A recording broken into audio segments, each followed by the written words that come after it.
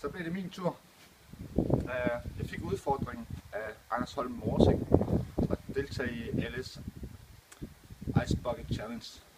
Normaltvis så deltager jeg ikke i sådan noget, men dels så gjorde Anders Holm Morsing det rigtige og gjorde opmærksom på, at man faktisk kunne donere penge til skleroseformål.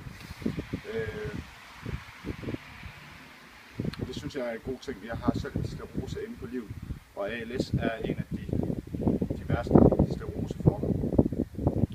Så jeg tager imod udfordringen, men vil gerne opfordre folk til at støtte Muskelsvindsfonden og Skleroseforeningen med frivillige bidrag. Personligt så vil jeg i morgen smide 500 kroner til hver af dem. Nu har jeg sagt, at jeg vil donere penge, så jeg burde egentlig ikke gøre det her, men jeg tager selvfølgelig vandet om lidt.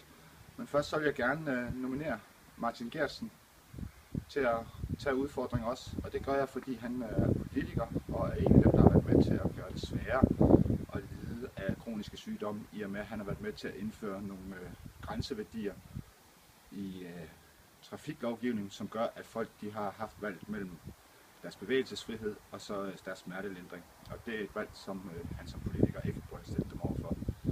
Så vil jeg gerne nominere Jesper Nordahl, som er en person, som jeg har meget stor respekt for, og som jeg ser op til, og som er på en eller anden måde en inspirator for mig.